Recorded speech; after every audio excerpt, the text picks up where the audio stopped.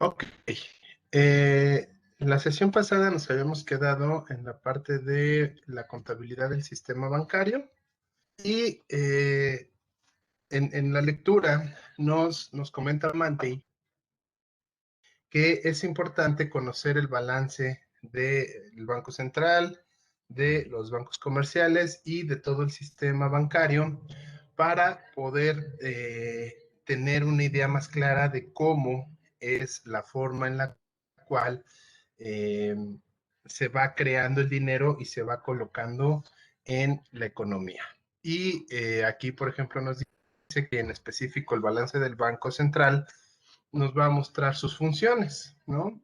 ¿Qué funciones vamos a ver a partir del balance del Banco Central? Bueno, su función primordial de ser el único emisor de dinero de curso legal, además ser guardián de las reservas internacionales, ser quien controle el volumen de crédito que existe dentro de toda la economía, funcionar como banquero del gobierno y también funcionar como banco de bancos y prestamista de última instancia. No recuerdo si la sesión pasada les había comentado, pero si no en esta lo vuelvo a comentar. Los bancos centrales hoy en día, y sobre todo como el Banco de México que yo les comentaba, que es uno de los bancos que siguen mucho al pie de la letra lo que va estableciendo la propia teoría convencional, pues ha ido avanzando, abandonando sobre todo estas dos últimas funciones, ¿no? De funcionar como banquero del gobierno y de funcionar de banco de bancos y prestamista de última instancia. No quiere decir que no lo siga haciendo, pero ha ido reduciendo esa parte activa que a lo mejor durante la época o la década más bien de los 70s y 80s funcionó de manera muy continua, ¿no? O sea, en el caso, por ejemplo, de banquero de gobierno, pues sobre todo podríamos decir que a lo mejor desde su creación con Plutarco Elías Calles hasta más o menos inicios de los 90, pues el Banco de México se dedicaba a estar subsanando las cuentas del gobierno, todas las deudas que tenía el gobierno. El banco se dedicaba a darle crédito, a emitir el dinero necesario para que el gobierno pudiera hacer frente a sus deudas, a sus compromisos. Y bueno, pues obviamente eso lo que generaba era las crisis que se venían, sobre todo al finalizar los sexenios de gobierno.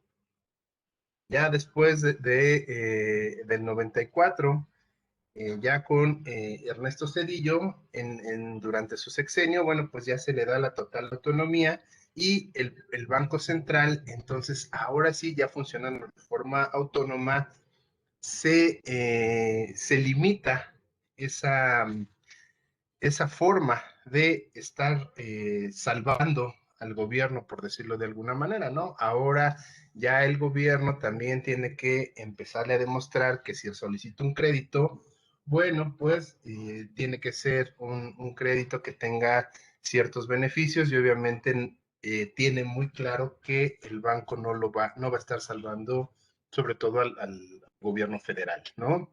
Y con el caso de los bancos comerciales, también pasó lo mismo. O sea, los bancos comerciales estaban acostumbrados a incurrir o a más bien a invertir en inversiones riesgosas porque sabían que a final de cuentas el Banco Central los iba a salvar en dado caso de que existieran malos manejos, ya sea de liquidez, problemas de liquidez, o que hubieran invertido sus recursos en algunos instrumentos de alto riesgo.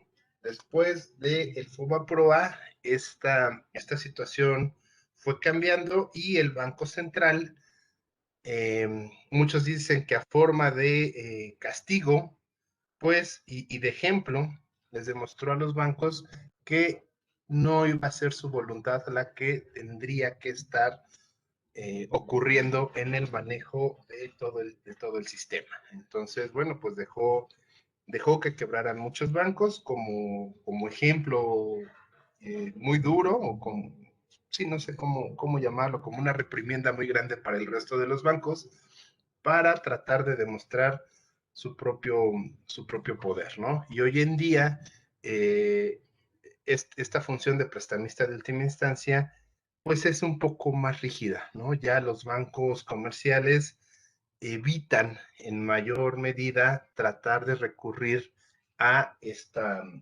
función, ¿no? A solicitarle al Banco Central que sea su prestamista de última instancia. ¿Hasta aquí algún comentario, alguna duda? Ok, De momento no. ok. Bueno, entonces vamos a pasar lo que es el balance del Banco Central y pues al igual que cualquier balance de cualquier empresa, vamos a tener que tenemos tres grandes grupos de cuentas, que serían los activos del lado izquierdo y del lado derecho tenemos los pasivos y el capital. A ver, recuérdenme, ¿qué son los activos en una empresa?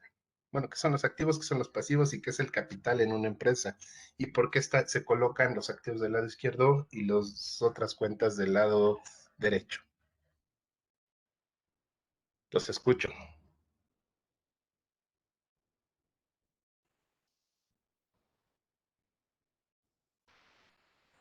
Bueno, pues los activos es, por así decirlo, como que todos los recursos con los que cuenta para poder operar.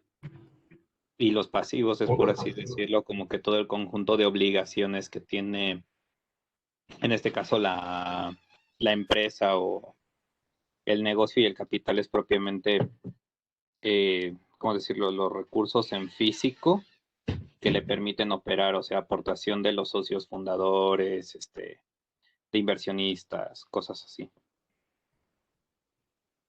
Ok, muchas gracias, Miguel Ángel. Eh, Efectivamente, los activos son aquellos recursos que tiene una empresa para poder llevar a cabo su operación.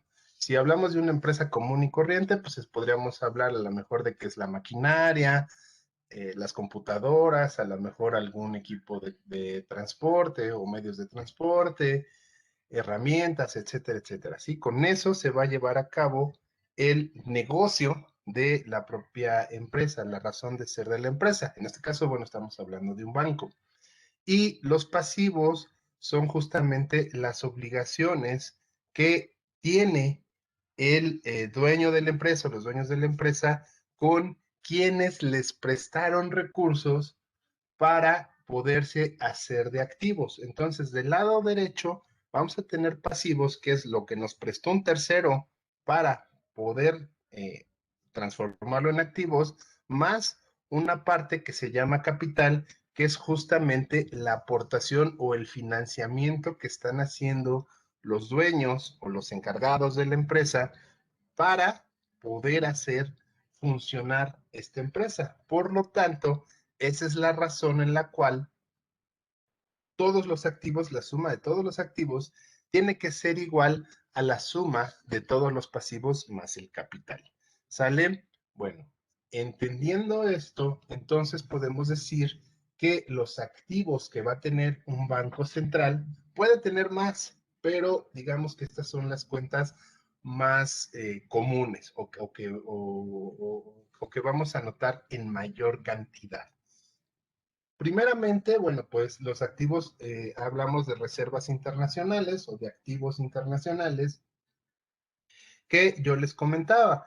Pues muchos países tienen, por así decirlo, en sus bóvedas reservas de oro, de plata, de divisas, pero de divisas sobre todo de divisas fuertes. Hoy en día, por lo general, se consideran divisas fuertes a el dólar, obviamente, a el euro y a la libra esterlina. Hay incluso hay países que consideran el renminbi chino, pero bueno, eso no todos los países lo consideran. Incluso, bueno, hay casos excepcionales como Japón, que hoy en día dentro de sus reservas empieza a considerar incluso bitcoins. Entonces, y bueno, hay otros países que incluyen piedras preciosas, sobre todo diamantes, y bueno, pues la valorización de toda esta canasta sería justamente la Reserva Internacional. Otro activo que tienen, pues va a ser justamente el crédito que le den al gobierno, sobre todo al gobierno federal. Hay algunos casos donde los bancos centrales otorgan créditos a gobiernos locales, pero por lo general el crédito que se da es un crédito dirigido al gobierno federal.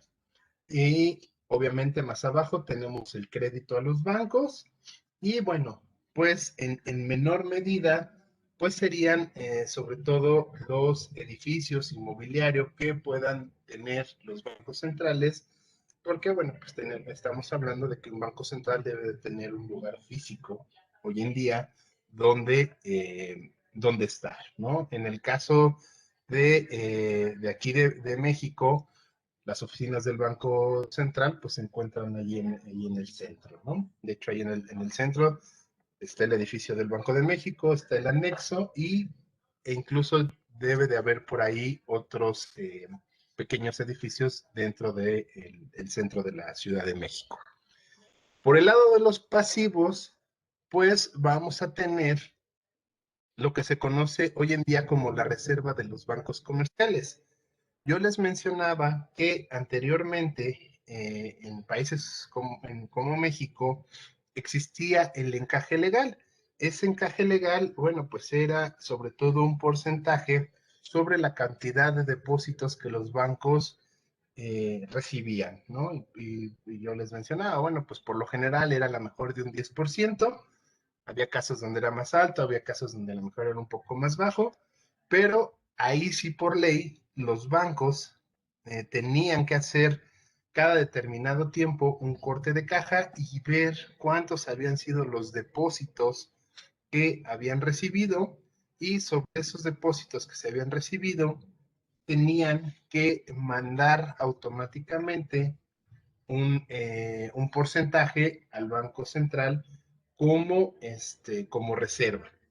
Hoy en día, en México y en varios bancos centrales, pero sobre todo en el de México, el encaje legal desapareció por la cuestión del modelo de McKinnon. Ya en fases más avanzadas se decidió que el encaje legal no permitía que los bancos pudieran dar todos los créditos que la sociedad mexicana necesitaba, ¿no? Entonces, bueno, se elimina el encaje legal y se le deja a los propios bancos al libre albedrío que ellos eh, escojan cuál sería libremente su porcentaje de reserva en bancos comerciales.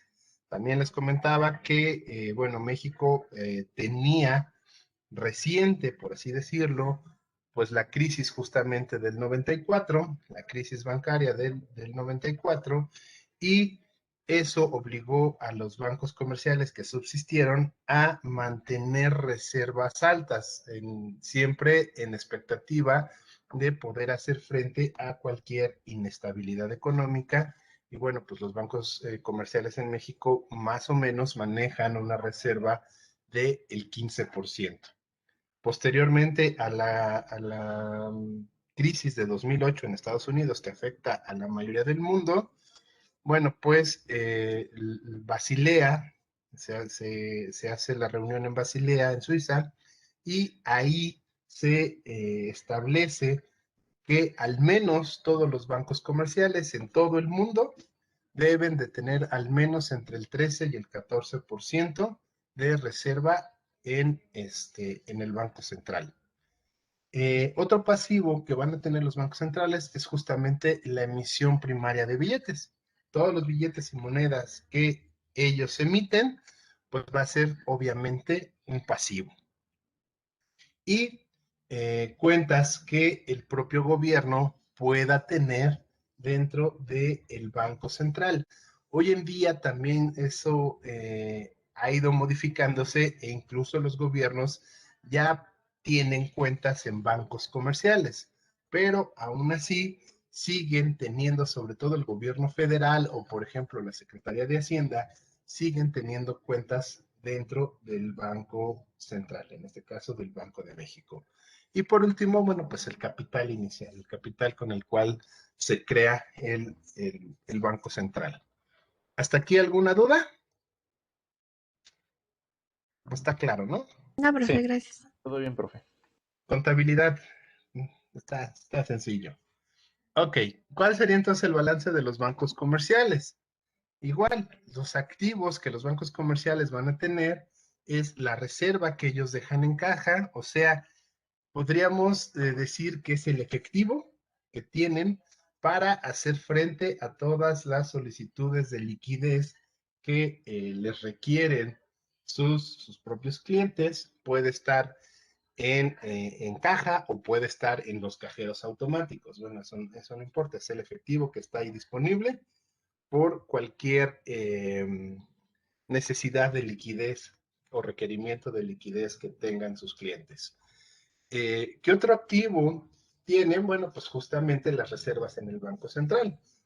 Puede ser en los países donde todavía aplica el encaje legal, puede ser el encaje legal, o si no, bueno, las reservas que ellos determinaron mandarle al Banco Central. Otro activo que van a tener son los créditos que van a ofrecerle a todos sus clientes. Y obviamente, bueno, pues en menor medida, los edificios, el mobiliario, etcétera, etcétera, que poseen los propios bancos. Hoy en día, por ejemplo, nosotros en el caso de México tenemos Avenida Reforma, ¿no? Llena de estos edificios, que es donde se encuentran justamente sus oficinas corporativas. Y en el caso de los pasivos, bueno, tenemos que los bancos en grandes cuentas, por englobarlas o por agregar las grandes cuentas, podríamos decir que tienen pasivos monetarios, que serían aquellos que tienen que ver directamente con las cuentas de cheque, o sea, con las cuentas de disponibilidad inmediata. También tienen pasivos no monetarios, que esos ya son sobre todo depósitos a plazo, ¿no? O incluso algunas cuentas de ahorro que pueden llegar a sancionar al cliente en caso de requerir los recursos antes del tiempo pactado, ¿no? Y bueno, todos los instrumentos financieros que pueden llegar a ofrecer los bancos también se considerarían como pasivos no monetarios.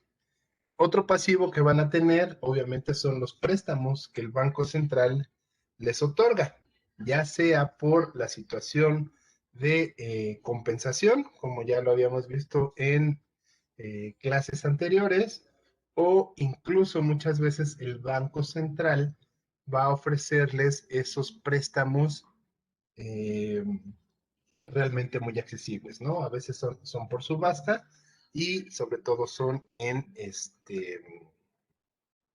tiempos cortos, en tiempos muy pequeños, en plazos muy cortos. Y bueno, otros pasivos, otros préstamos, ¿no? Que sobre todo otros préstamos que reciben los bancos pueden ser eh, préstamos de otros bancos o incluso préstamos de otros bancos internacionales, que también eso sucede, ¿no? Existen préstamos internacionales. Y por último, el capital con el cual se conforman estos bancos comerciales. ¿Hasta aquí alguna duda? También está sencillo. Sí, todo claro, profe. Ok, entonces, bueno, esto nos dice, estos balances nos dice que bueno, que debe de haber una igualdad entre lo que existe en el lado del debe y lo que existe en el lado del haber, o lo que existe en el lado izquierdo y lo que existe en el lado derecho, ¿no? Pero si nada más nos quedáramos con esto, entonces podríamos suponer lo que dice la teoría convencional, que entonces los bancos solamente van a actuar como intermediarios financieros. O sea que si nada más nos quedáramos con esto, nosotros pensaríamos que efectivamente los créditos que van a ofrecer los bancos a sus clientes tendrían que estar exactamente ligados a la cantidad de ahorros que reciben, como nos dice la teoría de fondos prestables. La realidad es que los bancos no solo van a movilizar estos ahorros que reciben, sino que además, ya hemos visto, tienen la capacidad de crear dinero extra y ese dinero va a circular como si fuera dinero en efectivo, ¿no? O sea, ya con el simple hecho de poder crear ellos una tarjeta plástica, por ejemplo, entre tantos instrumentos que nos pueden ofrecer de crédito hoy en día, pues ya el simple hecho de que una tarjeta plástica circule en la economía y muchos negocios acepten esa tarjeta plástica, bueno, pues les va a permitir a los bancos entonces tener mayores ganancias o mayor rentabilidad, ¿sí? Y ahí nos damos cuenta que entonces esa teoría de fondos prestables no está del todo, no es del todo cierta. Vamos a ver entonces que los bancos van a poder expandir su crédito de acuerdo a la siguiente fórmula. Si ustedes recuerdan, esta fórmula es muy parecida a la del inicio de la propia lectura, donde hablábamos de la forma en la cual los orfebres y ¿cómo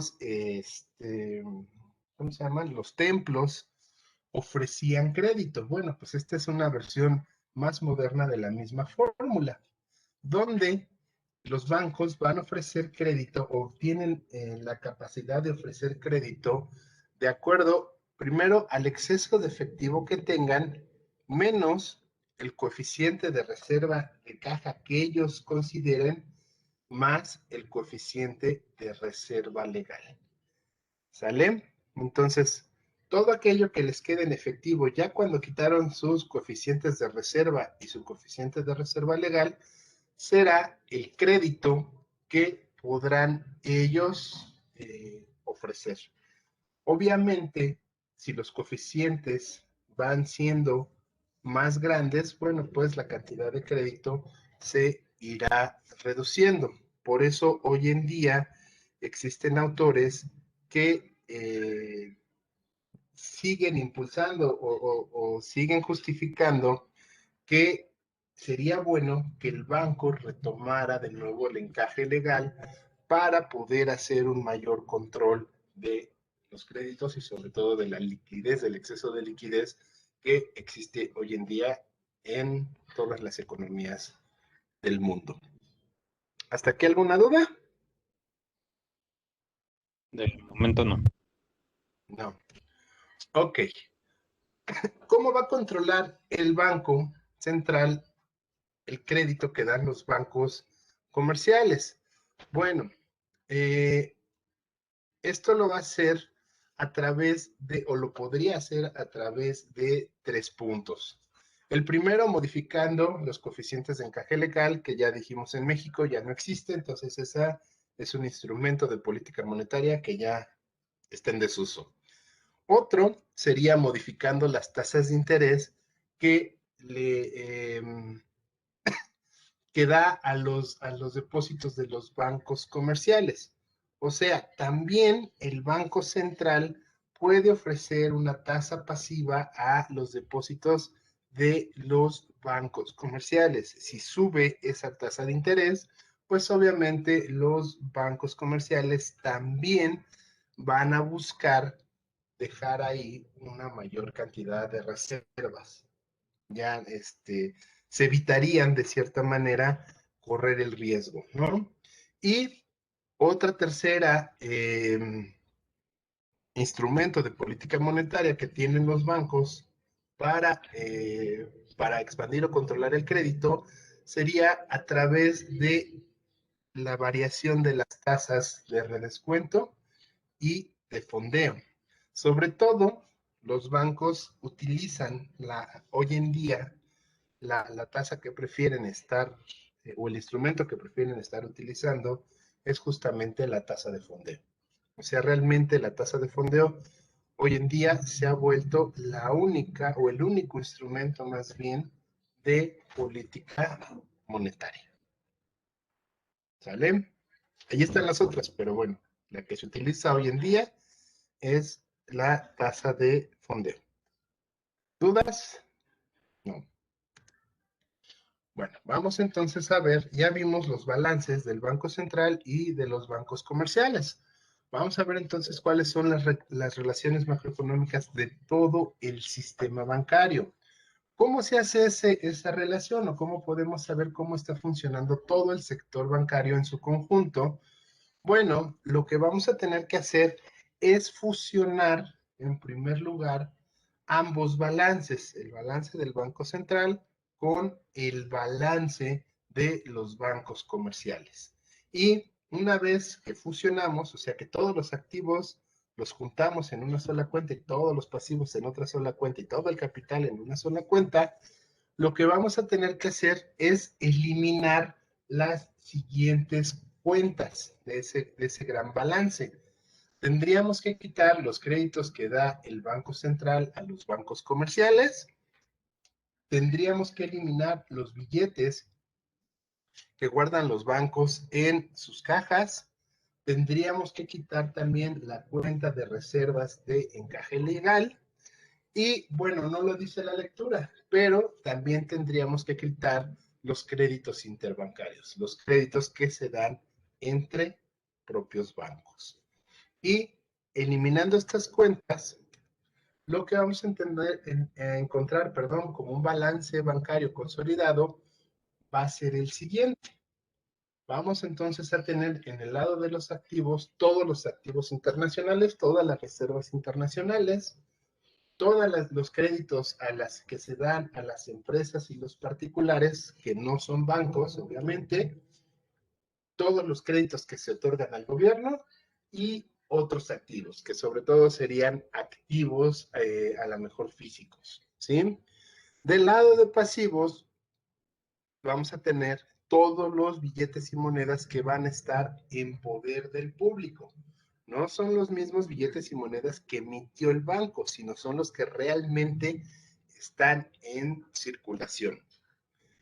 Otro pasivo van a ser, bueno, pues todas las cuentas de cheques que tengan los bancos comerciales y todos los pasivos no monetarios que también hayan generado estos bancos comerciales, más la suma del capital de todos los bancos. Y eso nos tendría que dar un balance bancario consolidado y así podríamos tener un alto panorama de conocer cómo se encuentran los sistemas bancarios, por ejemplo, dentro de una nación. Y a lo mejor podríamos estar identificando cuáles son las cuentas que tienen mayor peso. Hasta aquí, ¿alguna duda, algún comentario? No, profe, todo bien. Hasta el momento todo bien. Perfecto. Bueno, con eso terminamos la lección 3 y vamos a ver ahora entonces la siguiente lección, que sería la 7, la de programación financiera. Ok. Permítanme. Ok. Nos dicen, como introducción, que lo que se debe de buscar siempre es que el sistema monetario tenga una moneda que sea estable, pues ese va a ser el objetivo de la política monetaria. Incluso ahí Mantei nos explica en la lectura que si nosotros tenemos una moneda que no es estable, pues realmente lo que tendríamos que estar haciendo o lo que estaríamos haciendo sería una especie de trueque moderno, ¿sí? Porque tendríamos problemas para poder hacer que todos los bienes y servicios se establecieran su precio a través de esta moneda. Entonces, bueno, si nosotros tenemos una moneda estable, es más fácil que el resto de los bienes y servicios puedan establecer sus propios precios. Y una forma de mantener la estabilidad del valor de la moneda va a ser a través del control de todo el dinero que esté circulando en una economía, o sea, todo el control del medio circulante, que obviamente va a recaer ese control en una de las funciones del Banco Central. El Banco Central sí tiene todavía hoy en día esta función, ¿no? O sí tiene dentro de sus premisas cumplir justamente con esta función. Nos menciona Matei que existen ecuaciones fundamentales y esas van a obtenerse a partir de los balances que acabamos de ver hace rato, sobre todo de los balances del Banco Central y el balance consolidado de todo el sistema bancario. A partir de ello, se van a poder obtener las siguientes ecuaciones. Arriba tenemos las ecuaciones para la base monetaria, la cual la podemos obtener de dos formas, ya sea a través de sus usos o bien a través de sus fuentes. Y también otra ecuación fundamental que vamos a obtener, la podemos hacer también a través de usos o a través de fuentes, y sería el medio circulante. Ok, antes de avanzar, ¿entienden qué son los usos y qué son las fuentes? No, profe. Bueno, yo no. No, profesor. No. Ok. Bueno, a mí se me hace más fácil explicarlo primero por las fuentes. Las fuentes es aquello que va a generar tu, en este caso, por ejemplo, tu base monetaria. O sea, ¿a qué vas a recurrir para poder tener una base monetaria? Si nosotros vemos en la primera ecuación, pero en la segunda igualdad, vamos a tener que la base monetaria va a estar conformada por todos los activos internacionales, o sea, por las reservas internacionales que se tengan, por el crédito que se dio a los gobiernos, más el crédito que se otorga a los bancos, más otros activos netos. ¿Qué quiere decir? Que la base monetaria, entonces, va a depender prácticamente de los activos que tenga el Banco Central. Quiere decir que si entonces alguna de estas variables se modifica, automáticamente tendría que estar cambiando la base monetaria. Por ejemplo, si sube las reservas internacionales, tendría que subir la base monetaria. Pero si todo se mantiene constante y a lo mejor yo como Banco Central le reduzco el crédito al gobierno al grado de casi eliminarlo, bueno, eso va a afectar entonces mi base monetaria. Quiere decir entonces que el control justamente de estos activos o las variaciones que tengan estos activos se van a ver afectadas o van a ver afectada mi base monetaria. Un ejemplo muy claro que vive México. En México las reservas internacionales son muy altas y dependemos prácticamente, nuestras reservas internacionales dependen de la balanza de pagos y en específico depende de los capitales que están llegando o que se están yendo. Entonces, vamos a suponer que existe un grupo de inversionistas extranjeros que están interesados en invertir en México, ya sea directa o indirectamente.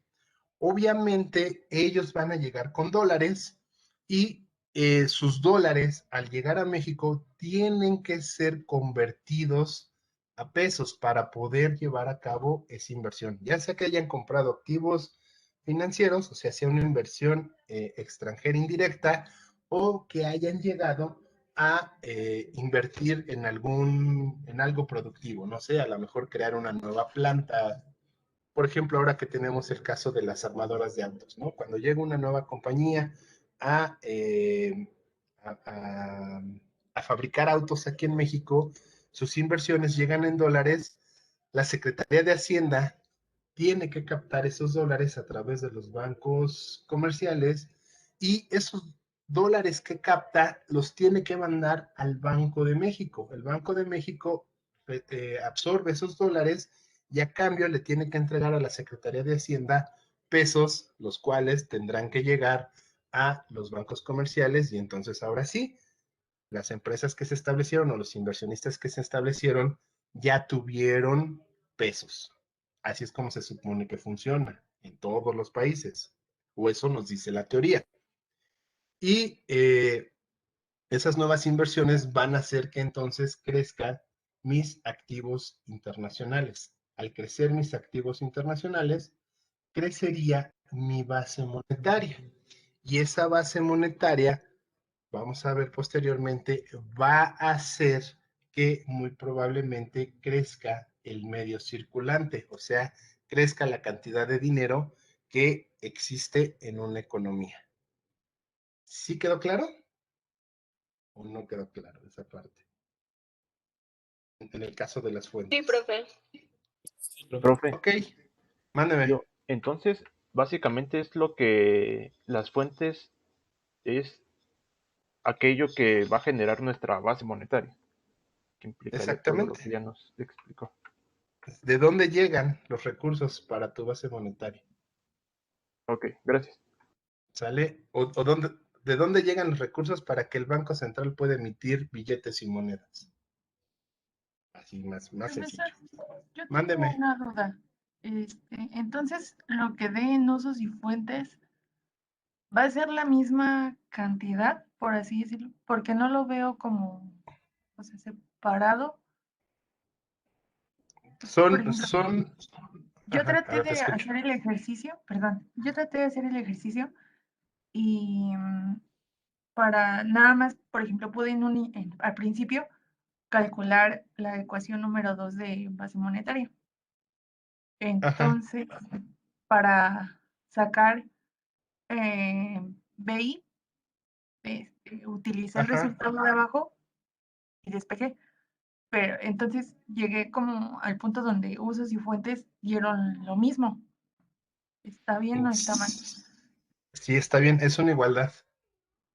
O sea, la base monetaria tú vas a llegar por los usos o por las fuentes, pero es lo mismo, es una igualdad. Efectivamente, en el ejercicio que yo les mandé, están establecidos todas las cuentas de fuentes y también está establecido lo que es ahí marca como reserva bancaria, está RB. Entonces, obviamente por despeje, si tú ya obtuviste aquí la base monetaria por despeje, tendrías que saber cuántos son los billetes que tuvo que haber emitido el Banco Central, que es como funciona. ¿Sí, Fernanda? Sí, sí, ya entendí. Pues sí, es que como me Sí. quedó igual, pensé que sí había Ujú. cometido un error. Entonces, está bien. Muchas gracias, No, profe. son igualdades. De hecho, de eso se trata y así es como funciona justamente la programación. O sea, realmente el Banco Central, ellos ya van a estar, era lo que iba a pasar, a los usos. O sea, aquí llegaron los recursos, estas son las fuentes de dónde llegaron los recursos al Banco Central para establecer una base monetaria. Ok, en contraparte, esto de reservas del banco ya lo puede establecer el Banco Central si él dice cuál es el encaje legal, o bien ya estaría dado si los propios bancos son los que deciden cuánto dinero depositar en las cuentas del Banco Central. Por lo tanto, la diferencia de las reservas bancarias, bueno, más bien de la base monetaria menos las reservas bancarias, tendrían que ser los billetes que el Banco Central va a tener que emitir, porque recuerden que está haciendo un balance, entonces tiene que dejarlo equilibrado. Por eso, yo les decía, vamos a suponer un caso muy hipotético y muy sencillito. Llegó un dólar nuevo a México a través de reservas internacionales. Un dólar nada más. Y México tiene un tipo de cambio de 20 pesos con 50 centavos. El Banco Central tiene dos opciones. La opción número uno es mantener el tipo de cambio y entonces por ese dólar que entró tendría que emitir 20 pesos con 50 centavos para nivelar esa, esa igualdad. O, número dos, lo que también podría hacer el Banco Central es no emitir más y entonces jugar con el tipo de cambio. Y eso te obligaría entonces a apreciar tu moneda. Aunque yo ya les comenté en la clase anterior, los bancos centrales por lo general no tratan ni de apreciar ni de depreciar la moneda. Por lo general tratan de mantener un tipo de cambio que se encuentre, bueno, en el caso de México, dentro de unas bandas. O sea, sí, todos los días el tipo de cambio está fluctuando. Es más, cada segundo está fluctuando el tipo de cambio. Pero dentro de eso podemos decir que hay una estabilidad, ¿no? El peso está hoy en día entre los 20 pesos y los 21. Pero ya cuando, por ejemplo, rebasa la barrera de los 21, entonces ahí sí tiene que entrar el Banco Central a empezar a aplicar política monetaria. O al revés, si el peso cayera de los 20 y empezara a llegar, no sé, a los 18, a los 17, que se empezara a apreciar, porque a lo mejor hay muchos inversionistas que quieren traer sus dólares aquí a México, tampoco es muy conveniente. Entonces, lo que hace el Banco Central es que también tiene que empezar a actuar para tratar de dejar el tipo de cambio en esas bandas. ¿Sí? ¿Sí queda claro entonces cómo va funcionando la política monetaria y la estabilización de moneda? Sí, profesor. Ok. Entonces, bueno, esta es la base monetaria. Ahora vámonos al medio circulante. El medio circulante es justamente todo el dinero líquido que va a estar en una economía. Y también el medio circulante lo vamos a poder medir ya sea por sus usos o por sus fuentes. Es una igualdad, tendría que darnos lo mismo. Entonces, si lo vemos igual por sus fuentes, vamos a decir que los recursos de donde van a llegar el medio circulante, pues va a depender también de las reservas internacionales, de el crédito que se dé a las empresas, sobre todo este es el crédito que están dando los bancos comerciales, de el crédito que se dé al gobierno, que hoy en día lo emite tanto el Banco Central como los bancos comerciales. Ya también los bancos comerciales le otorgan créditos a los gobiernos. Y a eso le vamos a restar los pasivos no monetarios, o sea, quiere decir todo ese dinero que no es líquido, todo ese dinero que está convertido en instrumentos a plazo. Por eso no es medio circulante. Le estamos quitando los activos no líquidos y le incluimos los otros activos netos, ¿no? Que bueno, por lo general estos activos netos realmente son muy pequeños, pero son los que le van a dar la, ¿cómo se llama? El equilibrio al balance. Si nos vamos al lado de los usos, o sea, ¿en qué se usa el medio circulante? Pues prácticamente el medio circulante o la liquidez que está circulando en una economía depende de la cuenta de cheques, o sea, esas tarjetas de débito que hoy tenemos, o incluso cuentas de cheques que ya hoy en día están en desuso, pero todavía hay quien genera cheques, quien carga su chequera, pues es una liquidez muy rápida. Entonces, esas cuentas de cheques más los billetes que están en poder del público, o sea, los billetes y monedas que ustedes y yo tenemos en nuestras carteras o en nuestras alcancías, ¿sí? Eso sería el medio circulante. ¿Hasta aquí alguna duda? No, profe. No, profe. Yo sí tengo ¿No? una. Disculpe. ¿Qué pasó? Lo de la base monetaria, ¿BI es igual más o menos como los billetes? BI son todos los billetes que emitió el Banco Central, pero no todos los billetes que emitió están en la economía. Por lo general, se emiten más billetes de los que están en la economía. Este BIP que está acá abajo son los billetes y monedas que están en poder del público, o sea que están circulando. Ok, ya ¿Sí? entendí. Sí, gracias.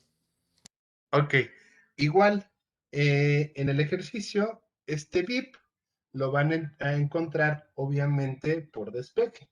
Si ustedes encuentran aquí el medio circulante, pues la cantidad de billetes y monedas que están en circulación del público lo obtienen obviamente por despeje, porque esta es una igualdad. ¿Sale? Ok. ¿Dudas? ¿Vamos bien? Bueno, vamos a avanzarle entonces.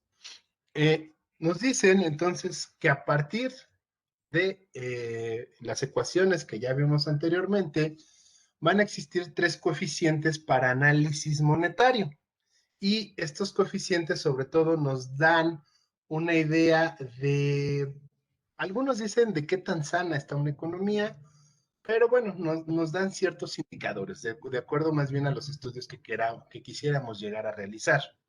El primer coeficiente, el coeficiente C, es la proporción de dinero en efectivo. O sea, este coeficiente nos va a decir de todo el dinero que está circulando en la economía o que existe en la economía, qué cantidad o qué porcentaje se encuentra en efectivo. ¿Y cómo lo vamos a obtener?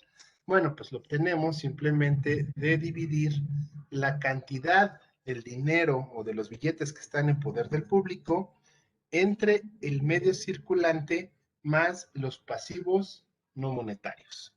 ¿Sale?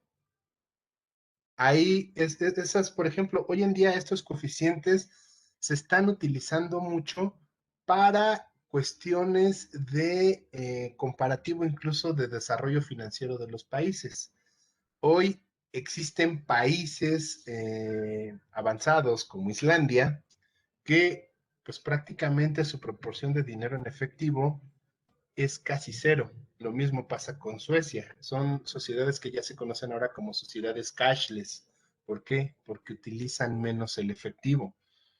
Países en vías de desarrollo como México y como los de Latinoamérica y varios africanos, pues la proporción de dinero en efectivo es muchísimo mayor. Pero bueno, para eso sirve, por ejemplo, este coeficiente. Tenemos el coeficiente R, que nos va a decir cuál es la proporción de los depósitos que los bancos comerciales deben de apartar para su reserva en caja y reserva legal. O sea, aquí más bien lo que nosotros vamos a ver es, o lo que tendríamos que buscar nosotros, sería el complemento. O sea, el porcentaje que nos dé esta relación o este coeficiente nos va a decir cuánto del dinero que reciben los bancos se va a reserva, pero probablemente lo que nos interesaría más bien a nosotros es cuánto del dinero, que sería el complemento, que no se va a reserva, es el que se está utilizando para generar créditos. ¿Y cómo lo vamos a obtener? Bueno, lo vamos a obtener a partir de CA más RB. ¿Qué era CA? ¿Recuerdan? Los que leyeron la lectura. RB ya lo dije hace rato, pero ¿qué era CA?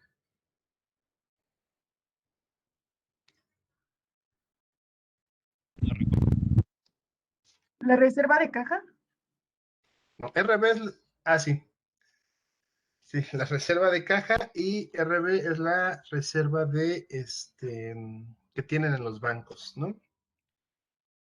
Ok, y entonces serían justamente las reservas, la suma de las reservas entre el dinero que están recibiendo los bancos, o sea, a través de cuentas de cheques y pasivos no monetarios. ¿Sale? El tercer coeficiente es el coeficiente de liquidez. Ese coeficiente de liquidez, que es S, se va a obtener como el medio circulante entre el medio circulante ¿más qué? Los Pasivos no pasivos no monetarios. monetarios. Más los pasivos no monetarios. ¿Sale? Y bueno, aquí nosotros lo que vamos a ver es que qué tanto requiere la gente del dinero inmediato. ¿Sí? A lo mejor si nosotros tenemos pasivos no monetarios muy altos, entonces quiere decir que la gente está prefiriendo invertir en activos financieros que en estar solicitando la liquidez. Si este coeficiente sale cercano a 1, pues quiere decir que prácticamente estaríamos a lo mejor cumpliendo lo que diría Keynes, ¿no? De la trampa por la liquidez. La gente prefiere mejor tener la liquidez que estar invirtiendo. ¿Hasta aquí alguna duda? No, profesor. Ninguna. Ok. Vamos a obtener también otro coeficiente que sería el multiplicador del crédito. Y nos dice que el multiplicador del crédito va a ser la relación que existe entre los pasivos que ya creó el sistema bancario y la base monetaria. Este multiplicador de crédito, el resultado que nos va a dar es justamente ver cuánto va a crecer el crédito si yo aumento, por ejemplo, en una unidad mi base monetaria. Quiere decir que, por ejemplo, si yo obtengo que este multiplicador me da 1.5, quiere decir que si yo aumento en un peso la base monetaria, el crédito que se va a estar ofreciendo va a aumentar en 1 peso con 50 centavos. ¿Sale? Esa es la relación que tiene este multiplicador de crédito.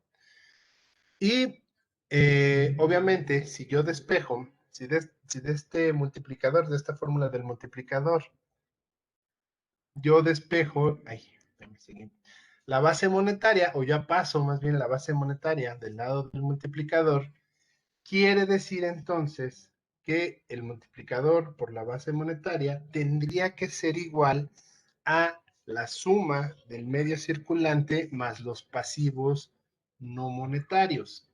También, como en muchas teorías económicas, por lo general se considera que estos multiplicadores en el corto plazo son fijos. Entonces, nosotros podríamos empezar a hacer a lo mejor análisis de sensibilidad a corto plazo, viendo cómo se afectan el medio circulante y los pasivos no monetarios al existir incrementos o al existir más bien cambios en la base monetaria.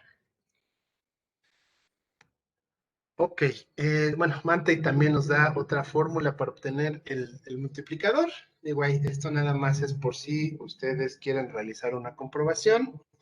El multiplicador del crédito también se puede obtener de dividir 1 entre los coeficientes C más R menos la multiplicación de R por C.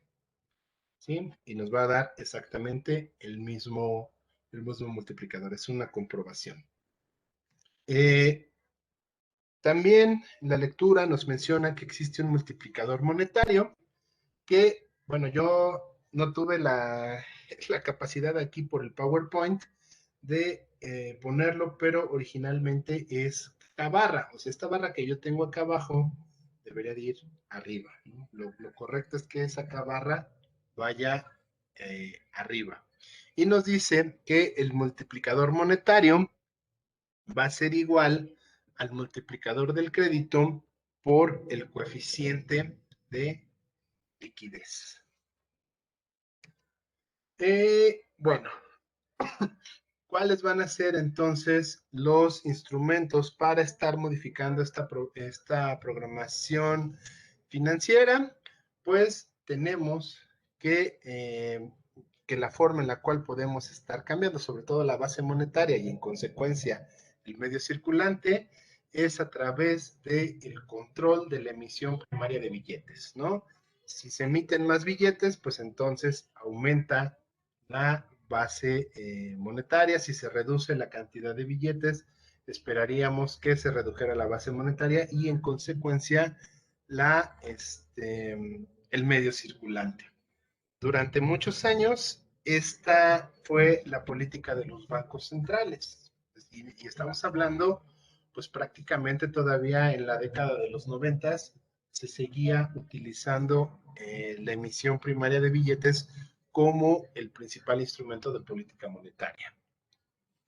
Otra forma con la cual se puede modificar sería con el crédito que los bancos centrales dan a los gobiernos, las tasas de interés al público. Bueno, las tasas de interés del público van a verse modificadas, como ya hemos visto, de acuerdo a la estructura de tasas de interés que van a depender en específico de la siguiente, que es la tasa del Banco Central. O sea, si la tasa del Banco Central, la tasa de fondeo del Banco Central se incrementa, eso en consecuencia va a hacer que todas las tasas que los bancos comerciales ofrecen a sus clientes también tendrán que modificarse, también en este caso tendrían que incrementarse. Y otro punto, otro instrumento de política monetaria sería justamente el coeficiente de encaje legal, que les repito, en México, bueno, pues ya no se utiliza, pero ahí está presente. Vamos entonces también a considerar que el multiplicador monetario va a ser estable. Entonces, si el multiplicador monetario es estable, nosotros podríamos entonces decir que el medio circulante va a ser igual a la base monetaria por este multiplicador monetario. Que bueno, ya lo habíamos visto desde el multiplicador del crédito, ¿no? Ya habíamos visto que si sube la base monetaria, va a subir el medio circulante de acuerdo a la proporción que establezca el multiplicador. En este caso va a ser lo mismo. Si existen modificaciones en la base monetaria y consideramos que el multiplicador monetario es una constante, entonces el medio circulante también se verá afectado en una relación directa, no proporcionalmente, porque eso dependerá de cuál es el valor del multiplicador monetario, pero sí directamente. ¿Dudas? ¿Comentarios? ¿Todo claro? Todo bien, profe. Todo bien, profe. Ok, perfecto. Entonces, bueno, también nos dice que se sabe que la base monetaria, si nosotros retomamos la ecuación 1 de la base monetaria, que es la de sus usos, vamos a recordar que la base monetaria va a depender de los billetes que se emiten más las reservas que tienen los bancos dentro de las cuentas del Banco Central. Pero nos dice Mantei que la emisión de billetes depende de los activos internacionales del país. O sea, lo que Mantei nos está mencionando aquí es que en la buena praxis del Banco Central, tú no podrías estar controlando o no deberías estar controlando la emisión de billetes de manera arbitraria, sino de acuerdo a los activos internacionales que tú posees. Como les mencionaba hace rato, si entraba $1, entonces automáticamente tú tenías que generar, en este caso, 20 pesos con 50 centavos, que es el tipo de cambio que estamos utilizando. Pero si se va el dólar, entonces tendrías que retirar de la economía esos 20 pesos con 50 centavos. Entonces, eso es a lo que va Mante y dice, eso se controla de forma exógena, no lo puede controlar o no lo debe de controlar el Banco Central. Por lo tanto, entonces el Banco Central, la única forma en la cual podría estar controlando la base monetaria o influir es a través de las reservas bancarias. O sea, en esa variable sí puede cambiar. ¿Cómo puede influir? A ver, ustedes explíquenme. ¿Cómo puede influir en esas reservas bancarias el Banco Central?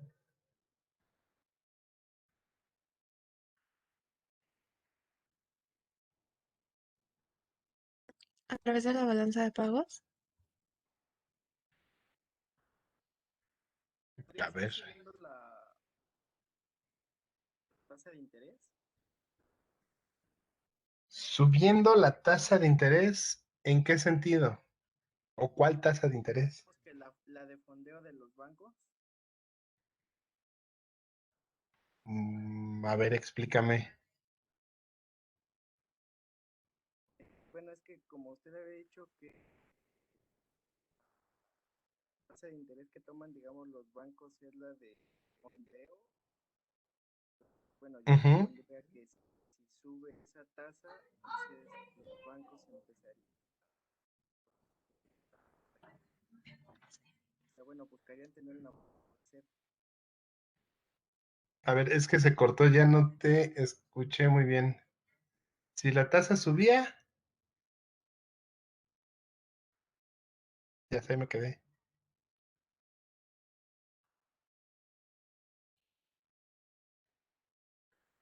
Mm, Creo que ya se nos fue el compañero. Ok, a ver, vuelvo a hacer la pregunta. ¿Cómo puede influir el Banco Central en las reservas bancarias?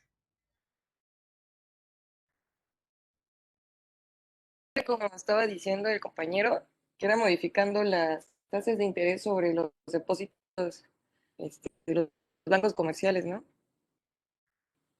Ok, o sea, si el Banco Central sube la tasa pasiva que le da a los bancos comerciales, pues ahí a lo mejor puede atraer más reservas, ¿sí? O si la baja, bueno, pues va a generar que entonces los bancos comerciales no se vean atraídos por guardar ahí tanto dinero y entonces las reservas bancarias disminuyan y por lo tanto la base monetaria disminuya. ¿Sí va por ahí la idea o no? ¿Podría repetirlo, prof, por favor? Ok, es que dicen tus compañeros Alejandro y Benjamín que puede ser a través de la tasa de interés.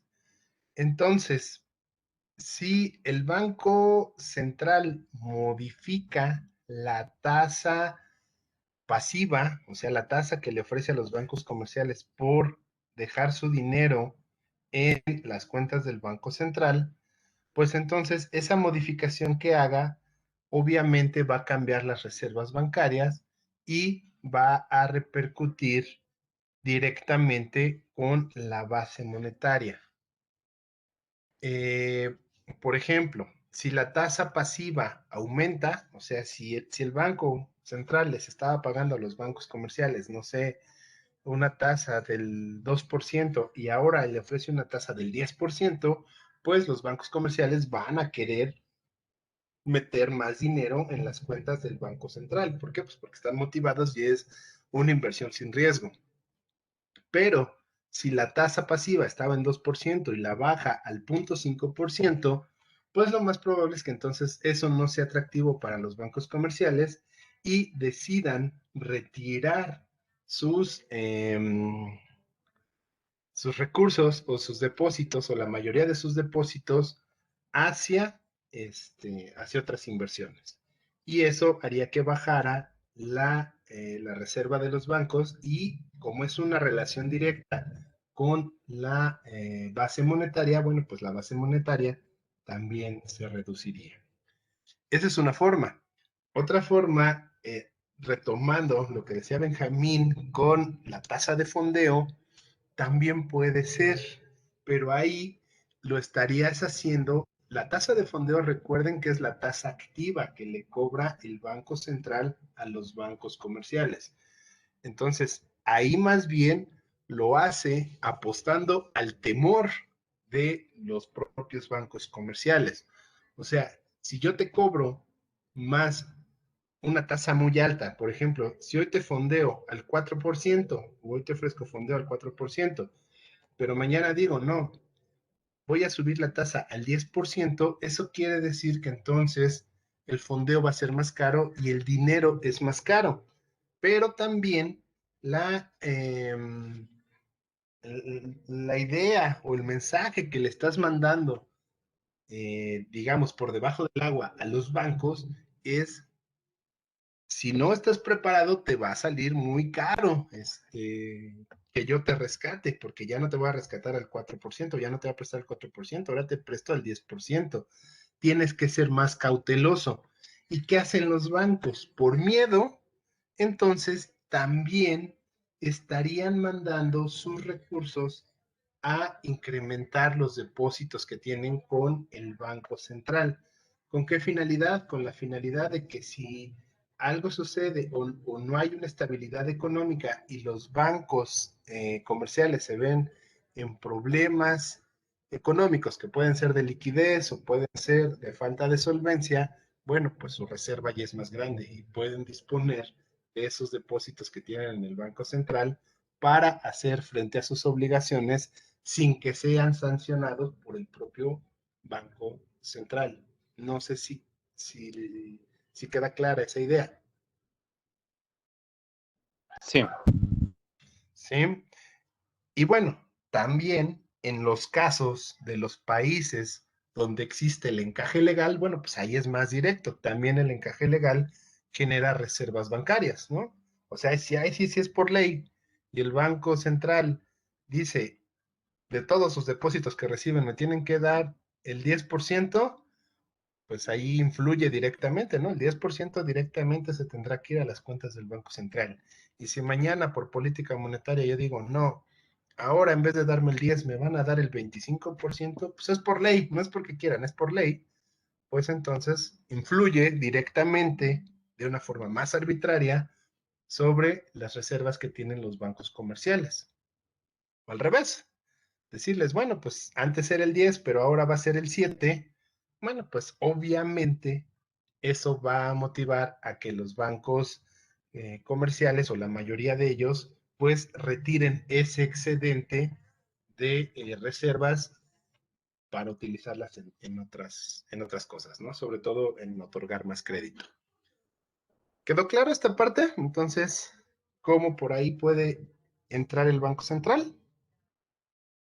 Sí, prof, bueno, nada más para como recapitular, entonces son nada más tres medidas, ¿no? Como las que puede intervenir para modificar la base monetaria, que es a través de, bueno, modificando las reservas bancarias, ¿no? Que es bajando, subiendo la tasa pasiva, aumentando la tasa Ajá. activa, la de fondeo, y modificando el encaje legal en el caso de algunos otros bancos. En el caso de México nada más serían las dos primeras, ¿no? Exactamente. Bueno, también la tasa de fondeo la puedes subir o bajar, ¿eh? También eso, o sea, si tú bajas la tasa de fondeo, bueno, pues entonces los bancos se sienten en más libertad de retirar sus depósitos y moverlos a otro lado. Incluso hay bancos, por ejemplo, bancos de aquí de México, que transfieren sus recursos incluso a lugares más seguros, como podría ser a la propia Fed o a un banco internacional en Estados Unidos. Hay veces que les da más confianza un banco internacional, aunque sea privado, que el propio Banco de México. ¿Sí? Ok, sí, prof, está bien, gracias. Perfecto. Entonces,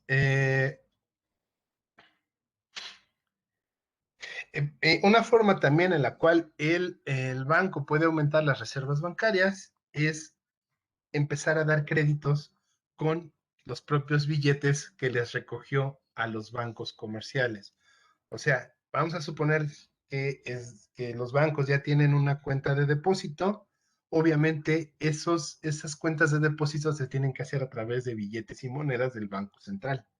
Y el Banco Central era lo que les decía, o sea, hay más emisión de billetes de los que se encuentran circulando en la economía, que están justamente en las cuentas del Banco Central. Pero el Banco Central también puede hacer lo que hacen los bancos comerciales.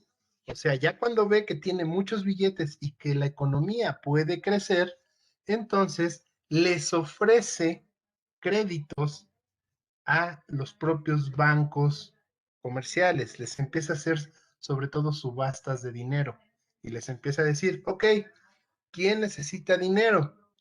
A ver, BBVA, yo ya vi que quieres construir tu torre, ya la quieres acabar.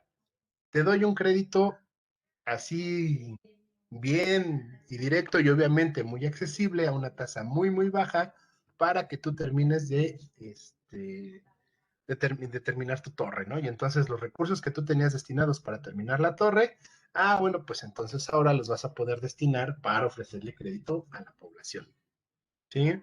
O, a ver, tú otro banco, se ve que te falta liquidez, mira, te doy estos billetes o te doy este crédito para que pongas en circulación esos billetes y no tengas problemas de liquidez y yo no te tenga que sancionar y etcétera, etcétera, etcétera, ¿sale? O sea, también el Banco Central puede hacer eso. Y bueno, eso va a hacer entonces que suba o baje la base monetaria y los créditos que se van a otorgar a los bancos y al propio gobierno. ¿De qué otra forma puede influir el banco sobre los medios de pago, pero sin que cambie la base monetaria? Bueno, también el Banco Central va a poder influir justamente sobre los coeficientes que vimos. Puede modificar C, puede modificar S. ¿Sale? Eso lo va a hacer a través de las tasas de interés. O sea, cuando mueve su tasa de fondeo, automáticamente se mueven todas las tasas de interés y esas variaciones en la tasa de interés lo que van a hacer es que cambie la preferencia por la liquidez del público. Y entonces, pues si son tasas de interés muy altas, el público va a renunciar a invertir en algún proyecto o a consumir y a lo mejor va a estar más motivado a tratar de ahorrarlo para buscar un beneficio por ahí, ¿no? Eso también lo puede hacer el banco. O puede cambiar el coeficiente R a través de los coeficientes de encaje legal. Pero bueno, pues en el caso de México, ya olvidémonos del segundo punto, ¿no? Como sea la razón, bueno, sobre todo, si mueve tasas de interés y logra cambiar las preferencias de liquidez del público, entonces eso va a hacer que los multiplicadores, tanto el multiplicador de crédito como el multiplicador monetario, se vean modificados. Por eso era lo que nos decía Mante, o sea, los multiplicadores van a ser constantes en el corto plazo, porque ya en el largo plazo, obviamente esta modificación en la estructura de tasas de interés va a generar que los multiplicadores también se vean afectados, ¿sí? O sea, ¿qué quiere decir? Que si de hoy a mañana cambia la tasa de interés, probablemente no pase nada, pero si esa tasa modificada se mantiene ya durante cierto tiempo, bueno, pues entonces ahí sí empiezas a afectar las preferencias por la liquidez de la gente, ¿no? ¿Dudas? ¿Comentarios? ¿Ya nos empieza a quedar un poquito claro cómo funciona un banco central? ¿O Profe, cómo yo debe tengo de una duda. funcionar? Sí. Había leído en una lectura, no en el curso, en otro libro, que una de las formas de controlar también la base monetaria y el, el circulante era a través de operaciones de esterilización, pero yo tengo la duda qué son en sí esas operaciones. Ok, las operaciones de esterilización las vamos a ver más adelante, pero esas se utilizan sobre todo en los países que dependen del tipo de cambio, como nosotros. O sea, Estados Unidos, Inglaterra, todos ellos no tienen el problema del tipo de cambio porque su moneda es una moneda fuerte y sus bienes y servicios, pues obviamente ellos los producen y por lo general se mantienen constantes. O sea, hasta eso la cuestión de inflación está controlada ahí. En el caso de México, el Banco de México pues tiene que mantener estable una moneda controlando inflación, pero también tiene que mantener el tipo de cambio estable. Entonces, una operación de esterilización consiste justamente en estos movimientos en los activos internacionales. ¿Qué hace México, por ejemplo? ¿O qué venía haciendo México, por ejemplo? México ofrece una tasa bastante alta con respecto al resto del mundo. O sea, Estados Unidos, por una inversión en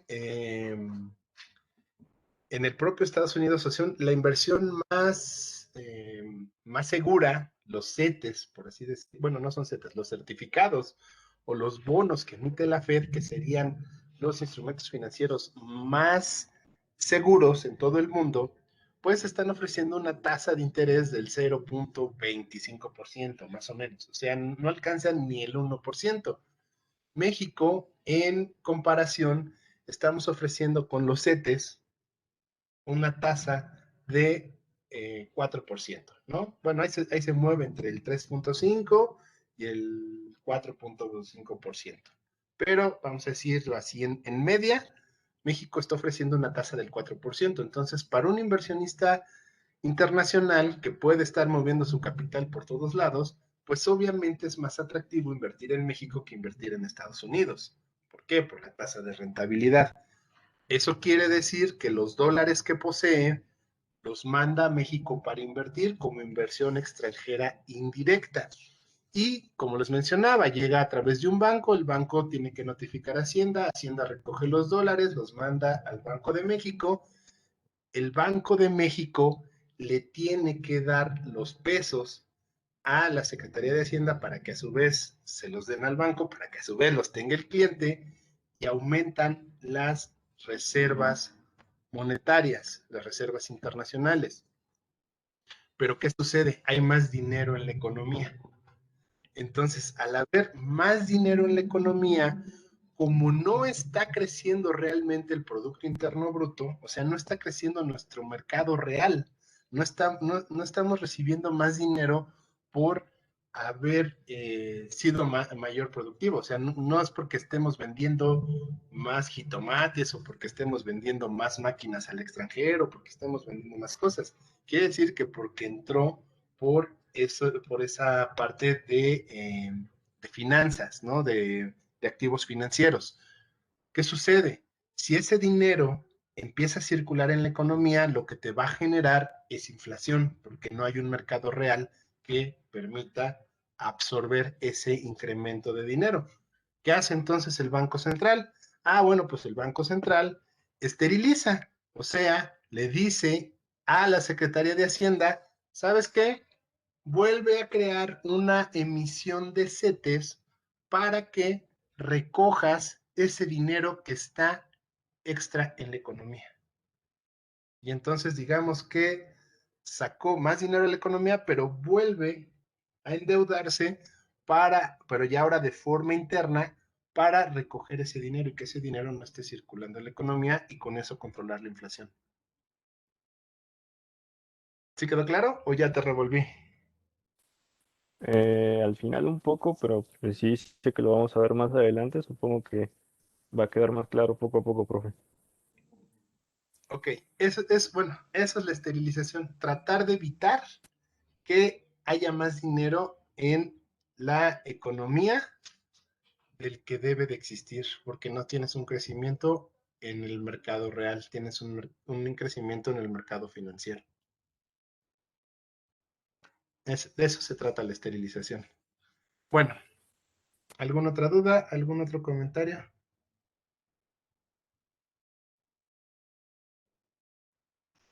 Creo que no.